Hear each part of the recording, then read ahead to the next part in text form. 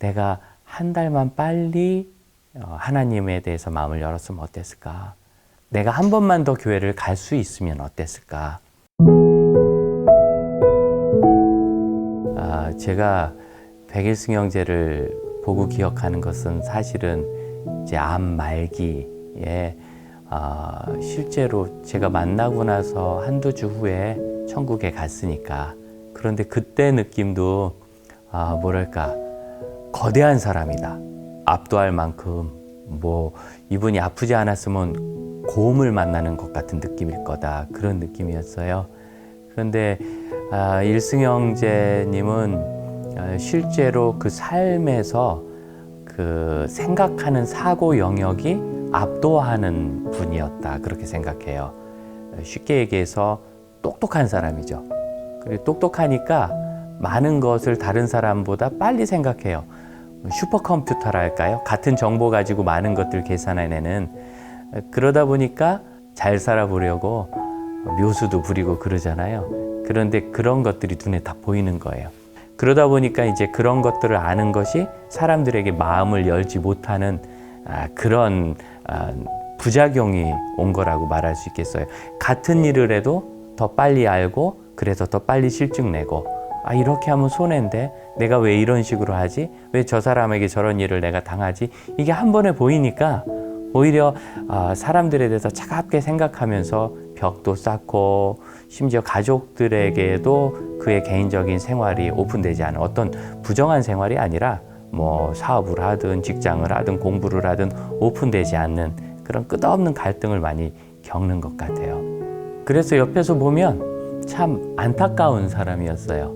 왜냐면 마음을 닫았는데 조금만 일찍 마음을 열었으면 어땠을까. 이분이 두 번에 걸쳐서 암 치료를 받았는데 처음에 후두암일 때 뭐 의사도 그렇고 대부분은 목소리를 잃을 가능성이 높다고 생각했거든요. 그런데 그때 저희가 정말 열심히 기도했고 하나님의 은혜 가운데 그 성대가 보존이 돼서 치료도 잘 되고 그래서 나은 줄 알았어요. 그리고 사실 목사들은 기대하거든요. 이런 큰 어려움을 겪고 잘 벗어나면 다시 주님께 나오지 않을까.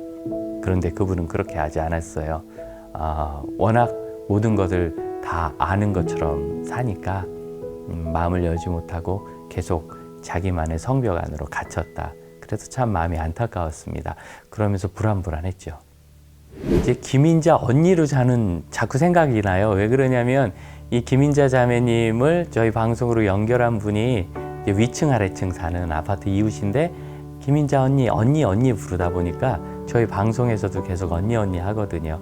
생활 속에서 알게 되었던 분인데 이 김인자 언니도 동일하게 이제 남편의 갑작스런 질병 문제로 크게 고통스러워하고 그 속에서 아이들이 방치되고 그러던 중에 우리 집사님이 이 언니에게도 나를 도와줄 수 있는 초월적 존재 남편도 알아야 되고 설명해주고 만나게 해주고 싶다. 그래서 이제 제가 진행하던 라디오 방송에 연결을 해서 하나님의 사랑에 대해서 얘기하고 복음을 전하게 되었는데 사실은 누군가 그 과정을 겪었다라는 것이 큰 힘이 되잖아요.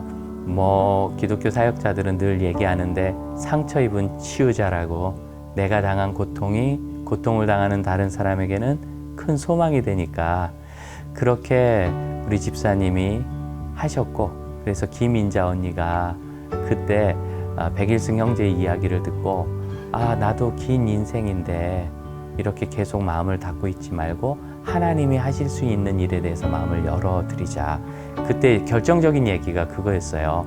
백일승 형제가 내가 한 달만 빨리 하나님에 대해서 마음을 열었으면 어땠을까. 내가 한 번만 더 교회를 갈 수 있으면 어땠을까. 그 이야기를 전해줬을 때 김인자 언니가 많이 울었어요. 많이 울고 그리고 자기도 더 늦고 싶지 않다고 당신도. 그래서 그때 예수님을 영접하고 기도했죠. 이제 백일승 형제를 만나고 백일승 형제의 이야기를 듣고 저희가 기도해주고 그리고 나서 한 일주일 정도 후에 김인자 언니가 복음을 들었거든요. 그 바로 다음 날 이제 아래층 동생을 따라서 가까운 교회 새벽 예배를 간 거예요.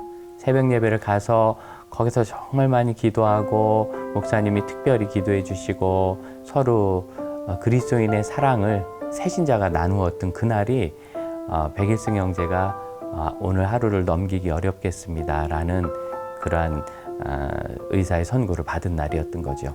뭐 일부러 맞춘 건 아닌데 지나고 나서 백일승 형제의 장례를 치르고 나니까 한 사람이 세상을 떠나는 날 한 사람이 하나님의 자녀로 새 삶을 시작했구나 하는 어떤 우리 그리스도인의 은혜로운 생각이 저에게 임했던 거예요. 어려서부터 뭔가 알아야 된다고 우리가 정말 많이 배우잖아요.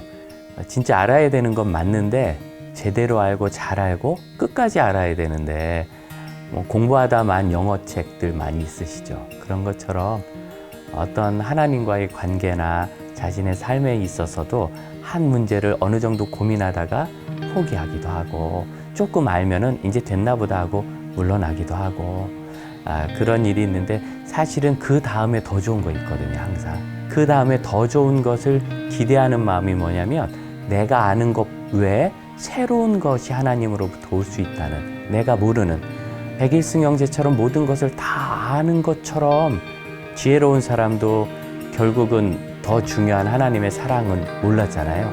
그러니까 내가 아는 것보다 더 많은 것을 알 수 있다는 것, 그리고 몰라도 그 선물을 받을 수 있다는 것에 대해서 마음을 열어두시면 그러면 거기서 우리는 하나님의 도우심을 얻을 수 있어요. 하나님의 도우심의 방법이 내 계산과는 다르겠죠.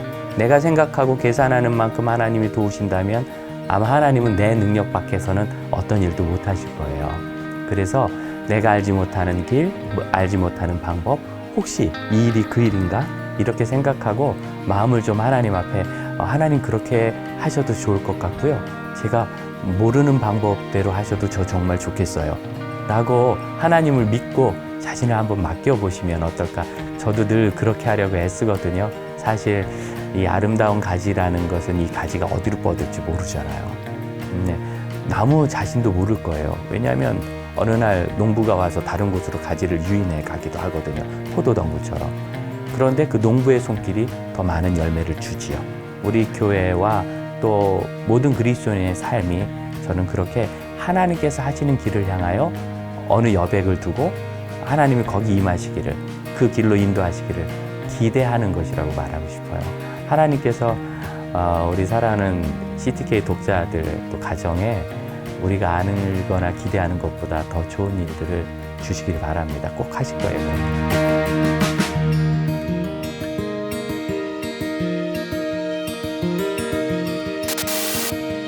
음.